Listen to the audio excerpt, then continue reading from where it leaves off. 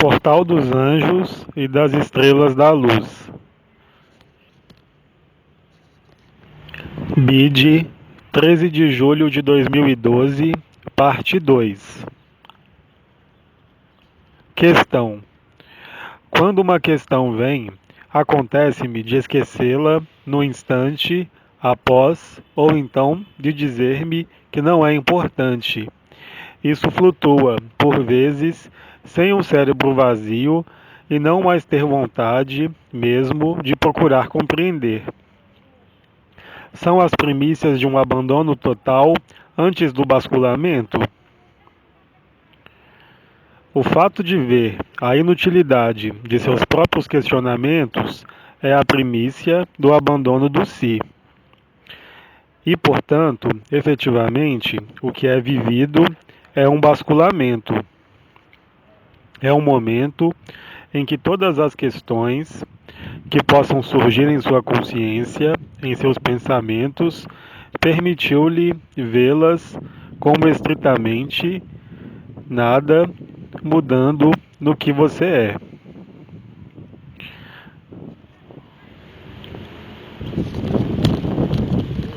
O fato de que essas questões desaparecem, ou que por vezes você se diga, para quê?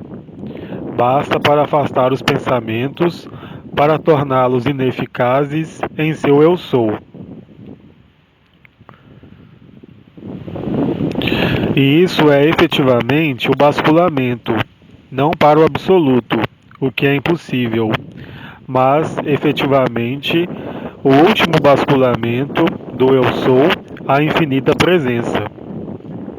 É o momento em que há efetivamente no eu o aparecimento de para quê? Que não é uma demissão, mas efetivamente substituir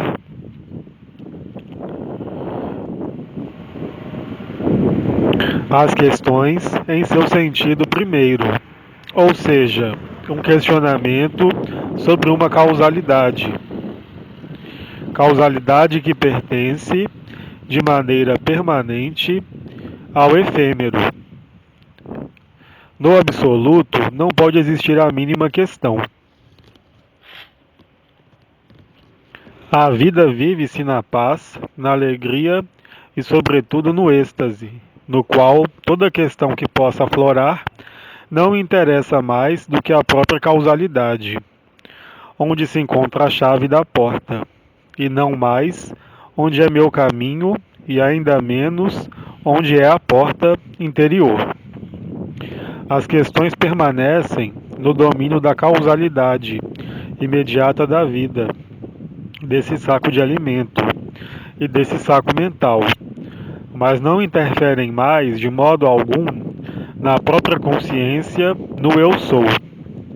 Apenas o eu pode ser implicado como uma ação ou uma atividade do mental necessária, por exemplo, para conduzir um veículo. Mas as questões apagam-se por si mesmas, sobre o sentido da vida, sobre o sentido da presença ou da ausência.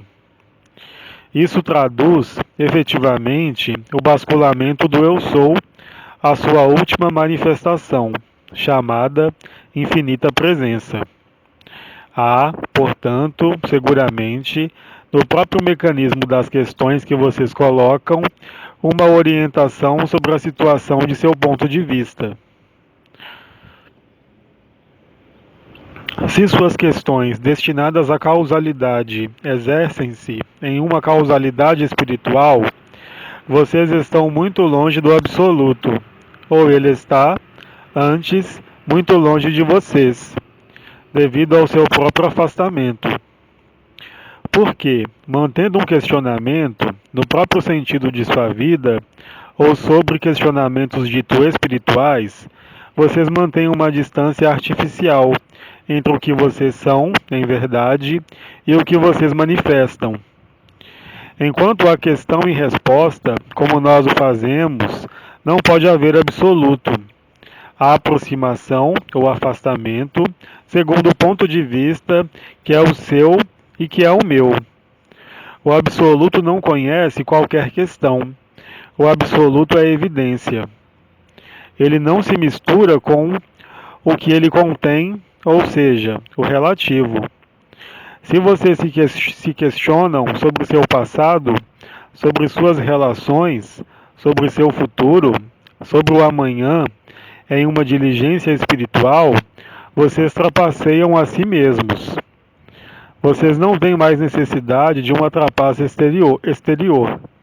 Vocês se divertem na ilusão. Quando o absoluto está aí, desvendado, revelado, não pode existir questão. Quando o duplo toma-os, o que pode existir como questão aqui nesse corpo? A questão pode chegar após a vivência. Se ela chega durante a vivência, a comunhão, a dissolução, a onda de vida, tudo para. É nesse sentido que se diz a vocês para ficarem tranquilos, nada fazer, nem mesmo mais observar, nem ser o testemunho. Em contrapartida, coloquem-se todas as questões que quiserem para comprar uma roupa, mas vocês não são a roupa. Vocês não são mesmo quem está na roupa. O que vocês são não requer qualquer questão, porque é uma evidência e a partir do instante em que vocês o são, mais nenhuma dúvida, mais nenhuma interrogação pode nascer. Vocês estão além do eu, além do si, além da causalidade. Vocês são a graça. A graça não se interroga jamais, a si mesma. Enquanto vocês têm a impressão de evoluir, de progredir, de aproximar-se ou de afastar-se, vocês continuam na causalidade, na ação-reação. No absoluto há o que vocês são, por essência e por natureza. Todo o resto é supérfluo. O questionamento sobre o espiritual é apenas uma trapaça. Questionar não é refutar. Quando vocês são absoluto, vocês o sabem, porque vocês o vivem. Nenhuma interrogação pode nascer sobre o que vocês são. A interrogação é, já, uma tomada de distância, a percepção de uma distância, de um objetivo, de algo a encontrar, a buscar, a explorar. É quando todos esses jogos cessaram que o absoluto é questão. Cada vez mais eu me sinto como uma boia sobre o mar, sem bússola, nem compasso. Eu voltarei a uma frase que é chave, porque ela corresponde muito exatamente ao que você descreve.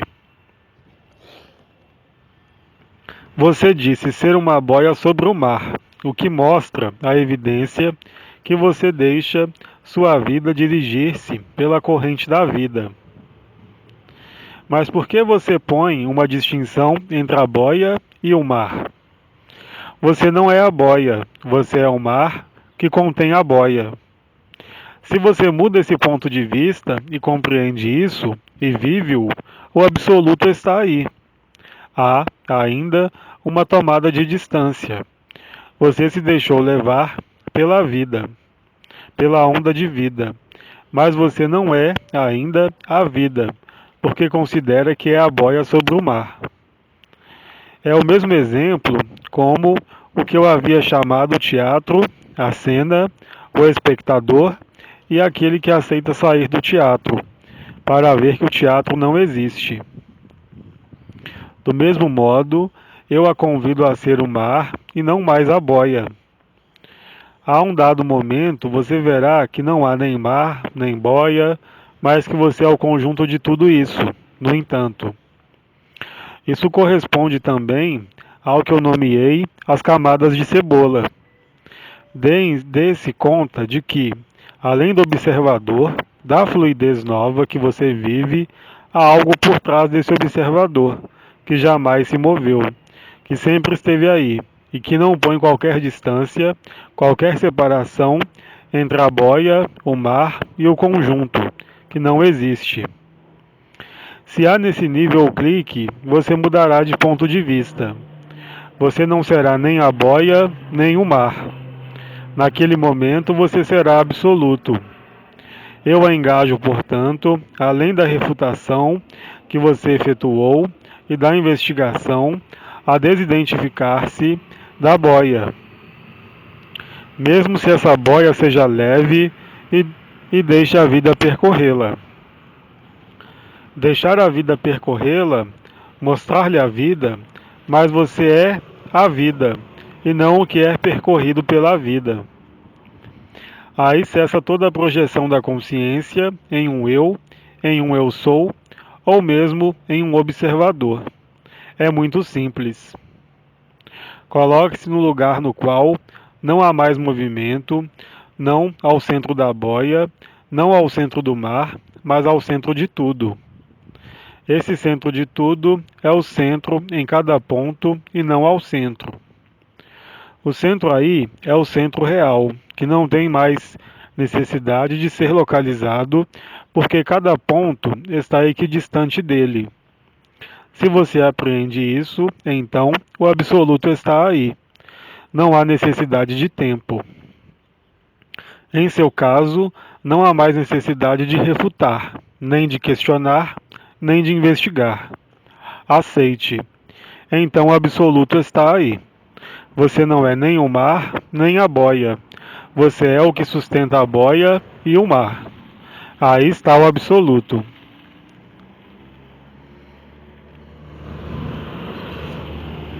Questão: o absoluto, ou a paz suprema, é o que está na simplicidade, na humildade, na transparência, na própria essência do que nós somos?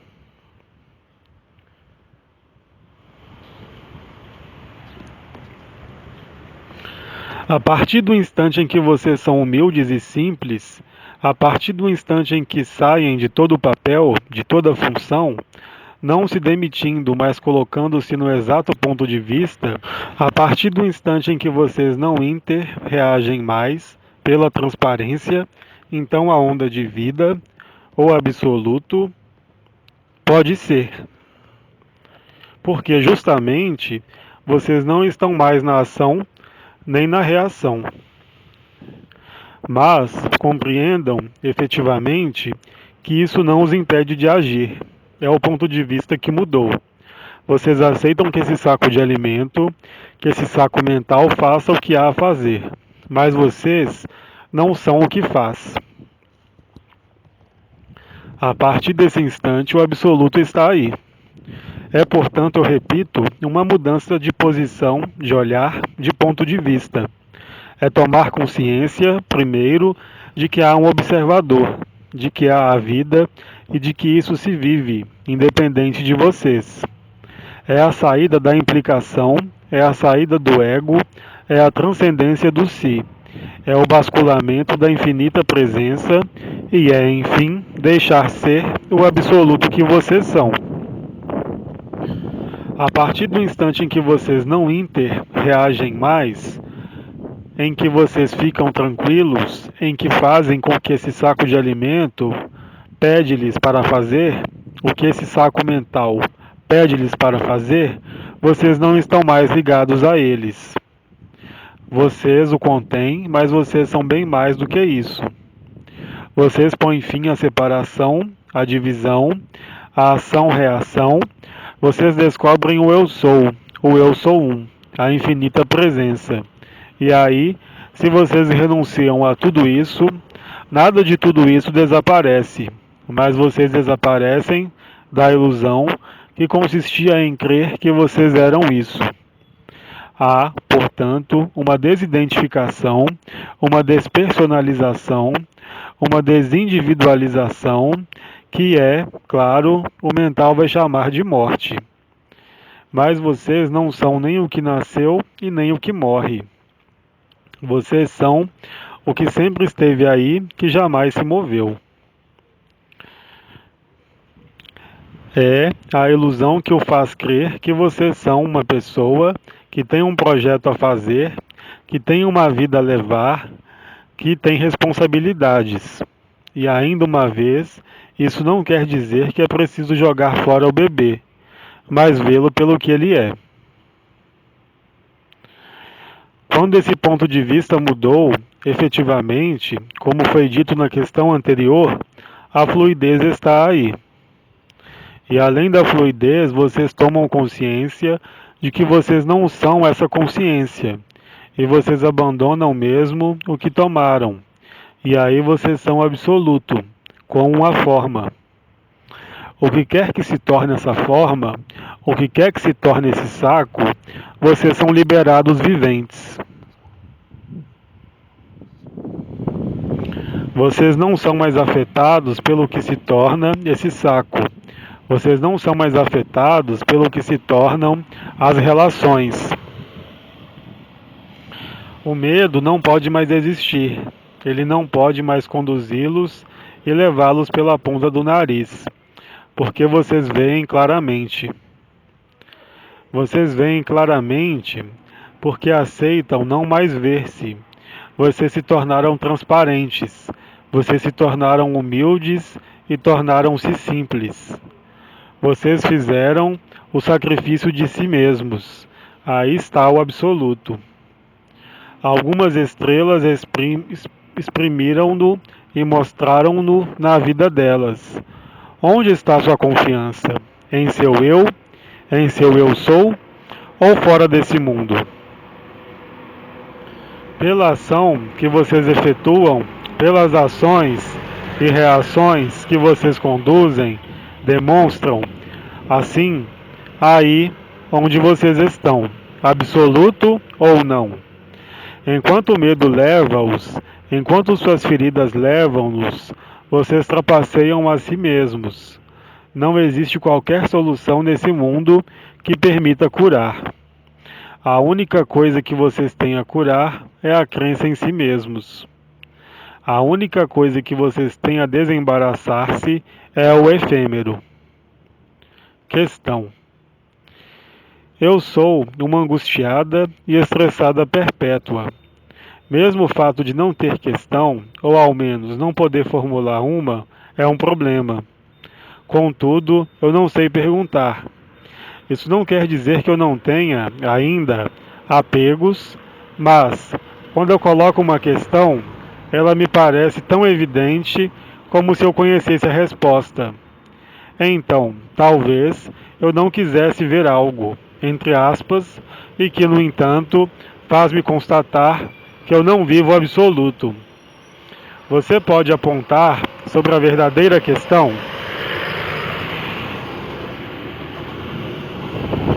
Mas a verdadeira questão é o que você afirma de imediato. Eu sou estressada, eu sou angustiada. Mas quem é angustiada, estressada?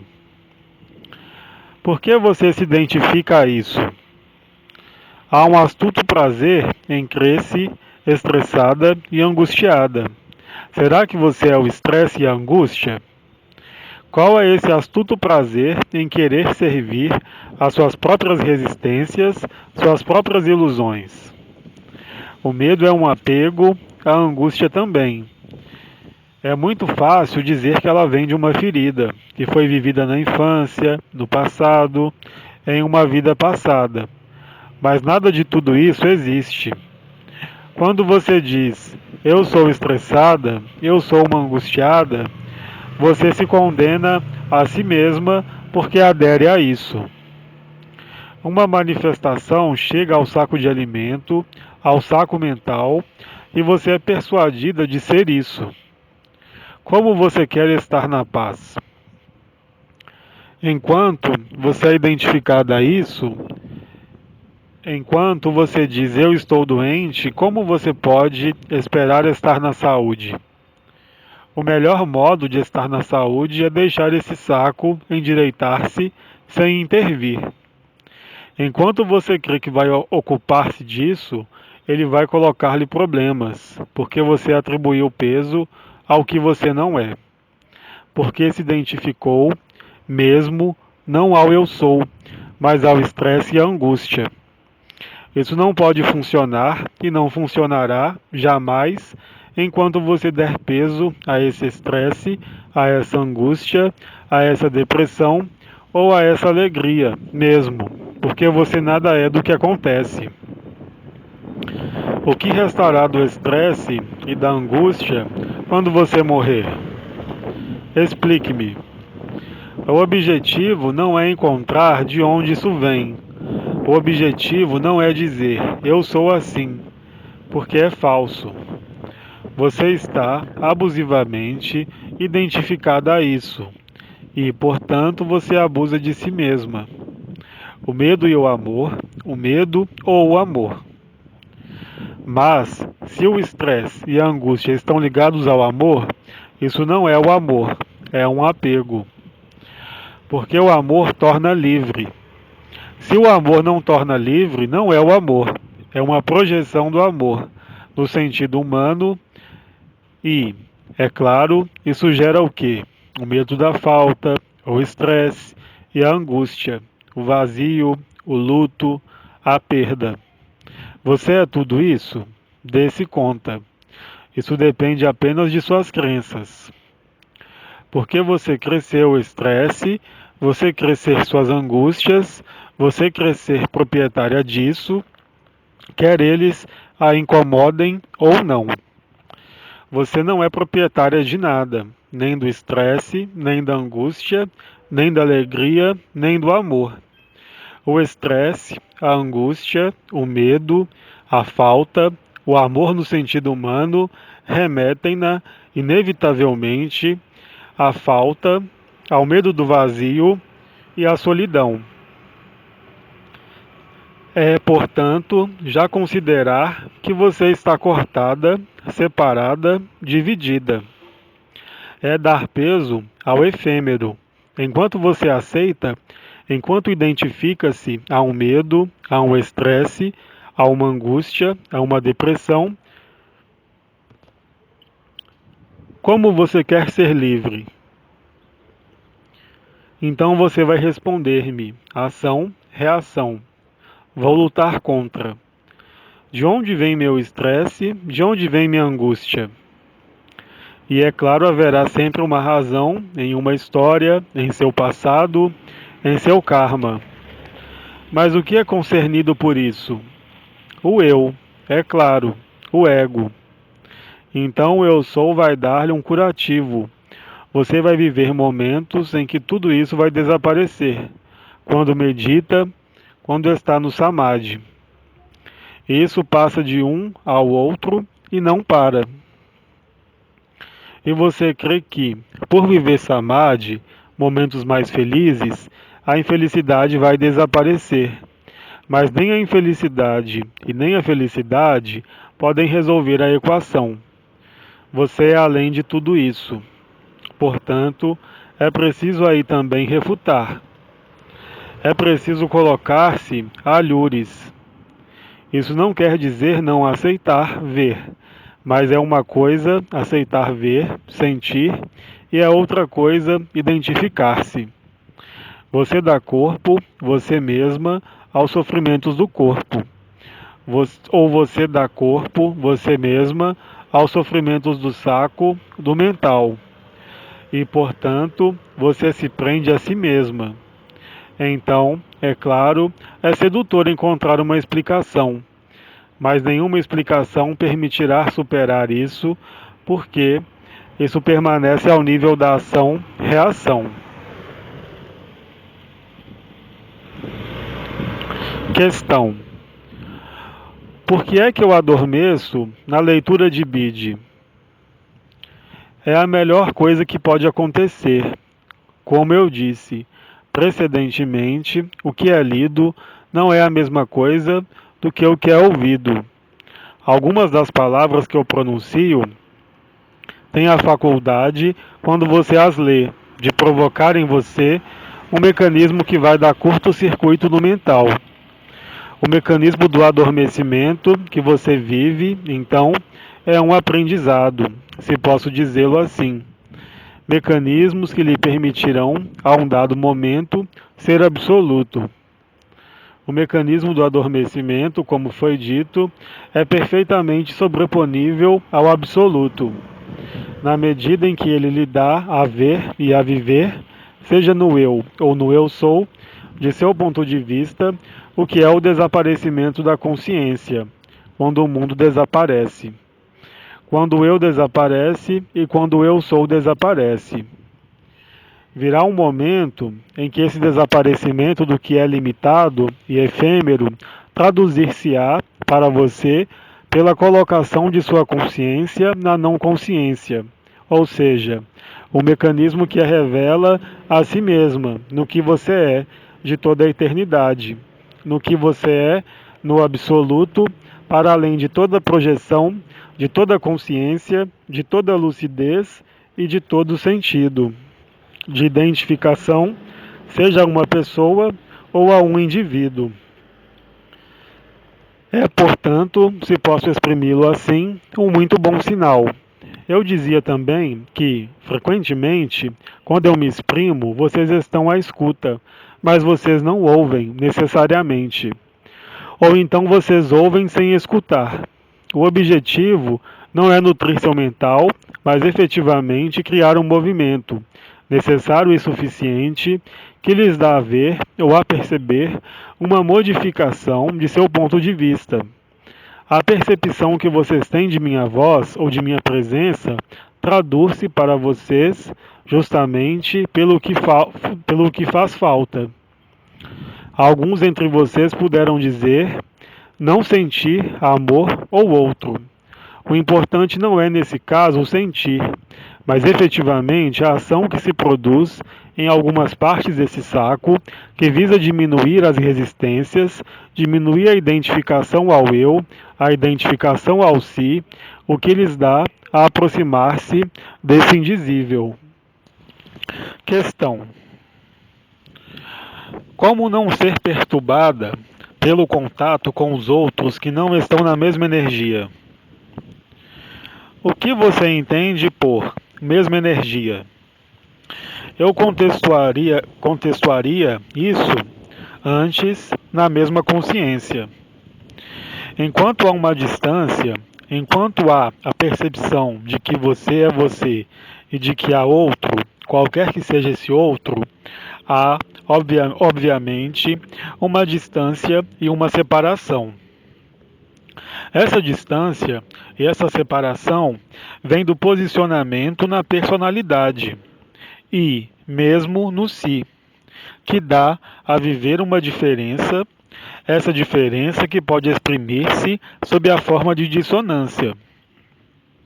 Assim, portanto, toda projeção da consciência, seja a partir do eu, seja a partir do si, traduzir-se-á invariavelmente por resistências, por dissonâncias que vêm, então, alterar em um primeiro tempo o próprio sentido de sua identidade ou de sua pessoa, através da repetição de experiências.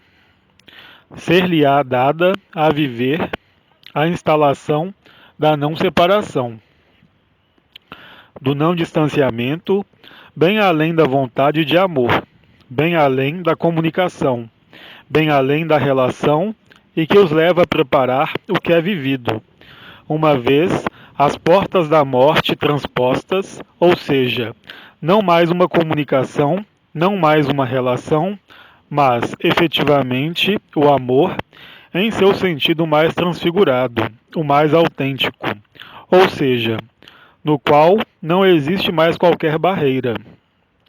Apreenda, efetivamente, que não é sua consciência do si que é alterada, mas sim as dissonâncias existentes nos diferentes sacos de alimento, sacos de casacos, que se confrontam um ao outro, cada um com sua ilusão pessoal, cada um com a impressão de estar separado e distanciado.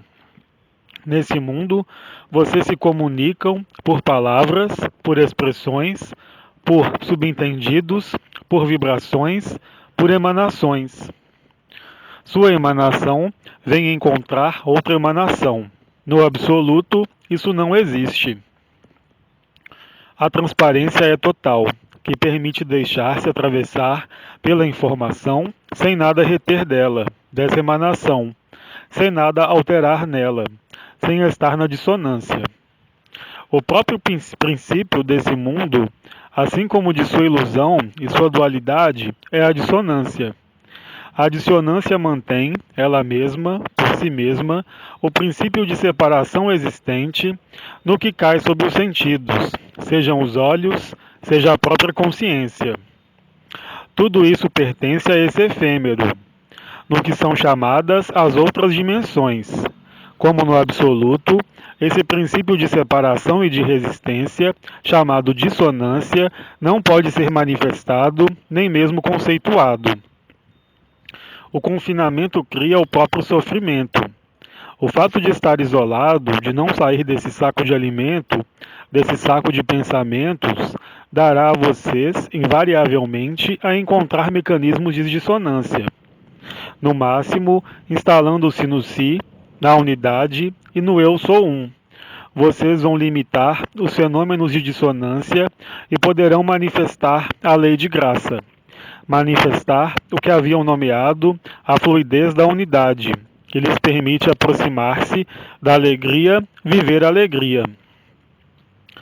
Mas todos vocês têm vivido que as contrariedades desse mundo, mais cedo ou mais tarde, exceto se vocês permanecem em samadhi permanente, vão encontrá-los. Esse princípio de dissonância é inscrito no princípio da personalidade, no princípio de separação, no princípio de isolamento que vocês vivem. Vocês não podem escapar disso. Só aquele instalado no quarto estado da consciência, nomeado Turiya, no Si, na infinita presença, consegue manifestar um sentimento de permanência na não resistência e na não dissonância, tanto inferior como exterior, uma vez que a distância, tanto interior como exterior, não existe mais.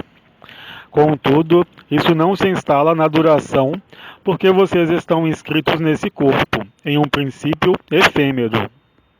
O efêmero tem por função manter o efêmero.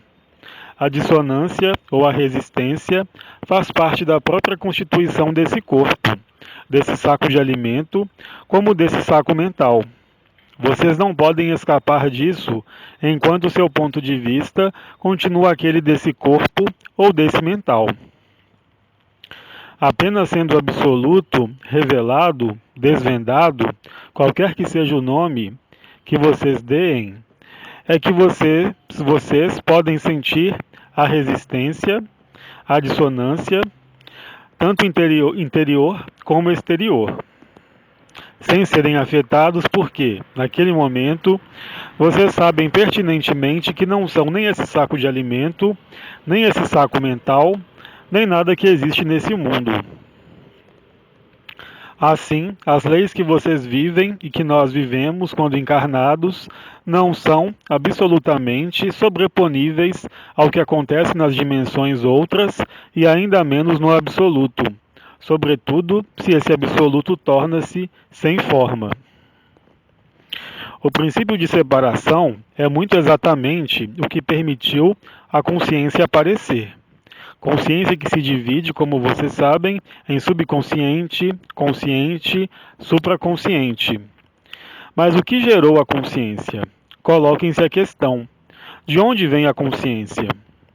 Não de onde vem a personalidade, não de onde vem a alma, não de onde vem o espírito, mas de onde vem a consciência. A consciência é uma projeção ao exterior de algo que não era consciente e que, no entanto, é o tudo. Isso é o absoluto.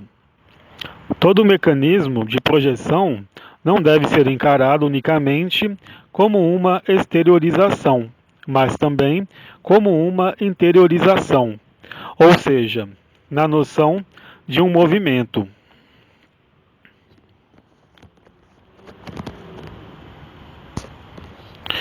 O absoluto é o centro, presente em todo ponto.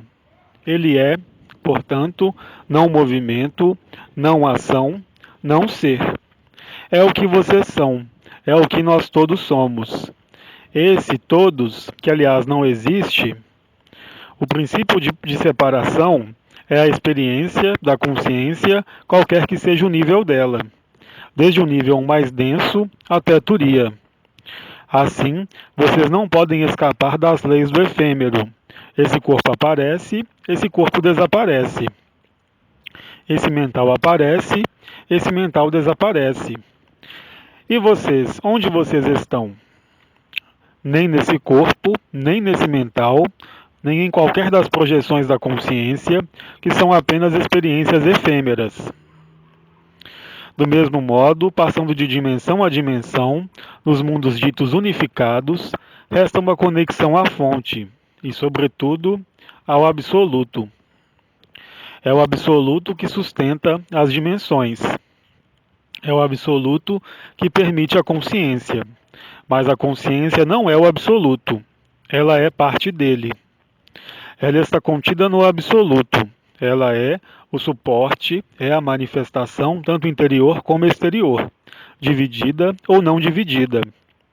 É claro, os mecanismos de dissonância e de resistência, tais como você os exprime, estão ausentes nos mundos ditos unificados, devido à transparência do saco, mesmo se esse saco nada tem a ver com o seu aspecto instável nesse mundo.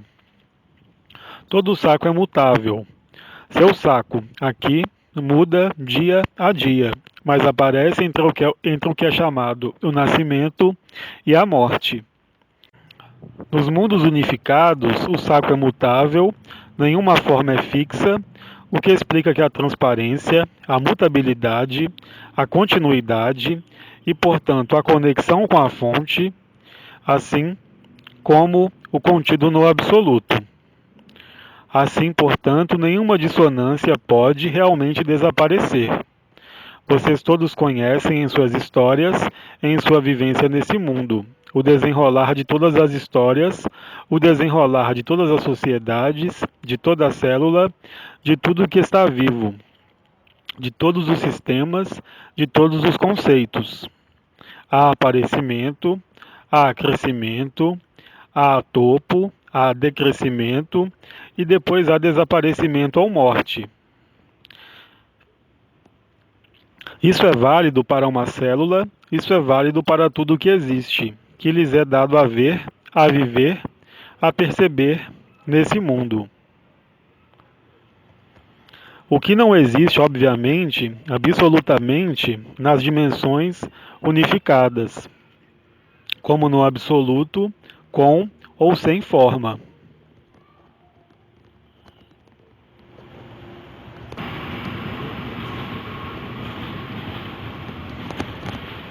Vocês não podem opor-se à dissonância, porque, opondo-se à dissonância, vocês mantêm os laços, mantêm o confinamento, mantêm a ilusão. O único modo de sair da ilusão não é renegar a vida, mas, efetivamente, colocar-se a alhures. Mudar de ponto de vista, refutar o que é efêmero, a fim de viver, nesse saco, o absoluto com uma forma. É apenas naquele momento que as dissonâncias reais, que podem alterar o que vocês são, não podem durar, nem afetar o longo prazo, mesmo efêmero, o que vocês são no absoluto. As consequências não são as mesmas, conforme o que vocês estabeleceram no eu, conforme o que vocês estabeleceram no si, conforme vocês viviam a infinita presença, e conforme vocês sejam absolutos. A intensidade da dissonância pode ser vivida também sendo absoluto, mas é extremamente fácil sair dessa dissonância para aquele que efetuou as passagens do eu ao si e do si ao absoluto, assim que o absoluto tenha sido revelado. Vocês não podem lutar porque atribuir sua consciência à luta reforça a oposição, reforça o efêmero e reforça a ilusão. Nenhum melhoramento nesse mundo poderá aportar-lhes a verdade, a liberação.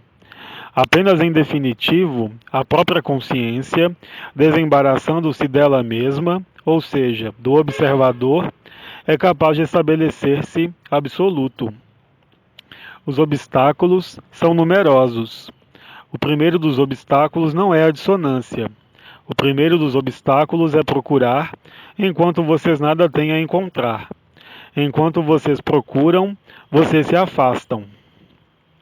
Enquanto vocês passam seu tempo a procurar o que não devem, vocês criam dissonâncias, vocês se afastam. Se vocês se contentam com o que sempre esteve aí, ou seja, vocês, para além do eu, para além do si, nenhuma dissonância pode alterá-los, nenhum sofrimento pode fazê-los sofrer. O que sofre é o efêmero. Vocês sabem muito bem que, quando há uma perda, exprime-se o sofrimento, seja pela morte, a perda de um próximo, o desaparecimento de um próximo, de uma situação, modificações de lugar. Isso tem por nome o medo, porque o medo é dissonância e resistência, e o medo inscrevê-los-á sempre no eu, e ele está ainda presente no si, ainda que vocês dele saem. Só o absoluto desembaraça o que vocês são, definitivamente, do que vocês estão fantasiados nesse mundo, que é chamado medo. Enquanto vocês tiverem medo, por vezes, por esse corpo, por sua vida, por um evento, por uma pessoa, vocês não são livres. A liberdade é a dissolução do medo. A liberdade é a ausência de resistência. Não pode existir prática, no sentido espiritual, que possa definitivamente fazê-los desaparecer do medo. O desaparecimento do medo é ligado ao seu próprio desaparecimento como pessoa, como indivíduo, como modelo, como conceito, como percepção, como sentir. Porque todos esses elementos são apenas projeções e toda projeção é dissonância, por essência. O que está na causa é o ponto de vista, não é a vida. A vida, tanto aqui como a Lourdes, é perfeita. Se vocês aceitam isso não como uma crença, mas colocando os fundamentos disso, do mesmo modo que foi o caso para a refutação e a investigação, vocês viverão seguramente o fim da dissonância. A questão resume-se unicamente nisso. Vocês querem ser livres? Mas vocês não podem pretender ser livres e estar confinados em lugar algum, mesmo no si. A liberdade é a ausência de dissonância, a ausência de resistência. É o estado de transparência que se apoia na humildade, na simplicidade. Algumas das estrelas disseram nada ser sobre esse mundo. Se vocês nada são, vocês são tudo. É claro, isso não pode ser aceito nem pela personalidade, nem por aquele que se olha no si. Enquanto vocês olham algo, vocês não são livres. É claro. Existem estados que vocês nomeiam vibratórios, que são capazes de resolver, de modo temporário, as dissonâncias, pela empatia, pela compaixão, pelo amor, pela tolerância. Mas são virtudes morais, são virtudes por vezes espirituais, mas isso não é absoluto. Só o absoluto rompe, definitivamente, o charme da ilusão, da adesão a uma crença, da adesão a uma vida, da adesão a um mundo, qualquer que seja. Isso não os priva desse mundo, enquanto o saco de alimento está presente. Bem ao contrário. Porque é apenas naquele momento, percorridos pela onda da vida, que vocês vivem a verdadeira vida. O que vocês chamam a vida, tanto no eu como no si, é apenas a expressão de resistências. O orgulho espiritual é isso. Aceitem desaparecer, aceitem ser o menor e vocês serão o tudo. Enquanto vocês não forem rebaixados, vocês não serão elevados. Eu retomo, palavra por palavra, o que exprimiu Cristo. Ele nada mais fez do que viver, na totalidade, o caminho da liberação. Em todas as civilizações, em todos os países, houve seres que se liberaram de todos os condicionamentos, mesmo sendo de início adeptos de um guru, de uma religião, de um conceito, de uma filosofia. A partir do instante em que vocês se liberam de todo quadro, de toda referência, de toda crença, de toda ilusão, naquele momento vocês são liberados vivos. Vocês não têm necessidade de vir de tal cultura ou de tal religião. Vocês têm necessidade justamente de liberar-se disso. É preciso ousar ser livre. Não há liberação enquanto persiste o ilusório de seu ponto de vista. O que volta a dizer que, enquanto vocês permanecem na ação e na boa ação, vocês mantêm a reação. Ficar tranquilo não é nada fazer, mas deixar fazer. Não é querer ser, mas deixar ser. O que vocês têm a viver depende de sua capacidade para encarar sua liberdade, sua liberação ou não. Nós temos falado, e sobretudo os anciões, mais do que eu, de aspectos da vibração, uma vez que a consciência é vibração. Mas vocês não podem perceber o que são. Em verdade, porque vocês são o conjunto de vibrações. A única coisa que vocês não podem ver é vocês mesmos. Apenas quando as projeções exteriores da consciência ou interiores da consciência, qualquer que seja o ponto de vista, efêmero ou limitado, do eu ou do si, desaparecem, é que o absoluto revela-se como sua essência, sua natureza, sua perenidade, o que jamais se moveu, o que jamais nasceu, o que não desaparece jamais.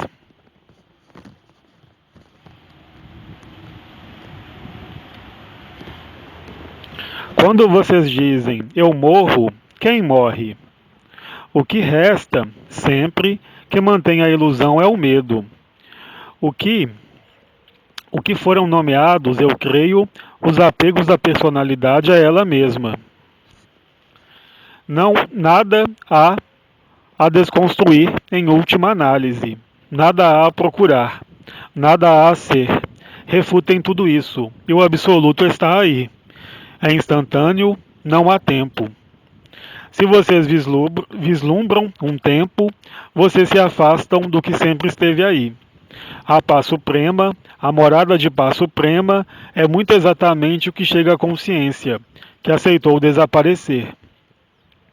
Inúmeras estrelas exprimiram isso, através de seu caminho pessoal, através de sua história e de sua experiência. Mensagem do Venerável Bide no site francês austrasdimensions.com, 13 de julho de 2012, parte 2. Versão para o português, Célia G. leiturasdaluz.blogspot.com.br. Transcrição e edição, Andréa Protizek e Zuma Peixinho. portaldosanjos.net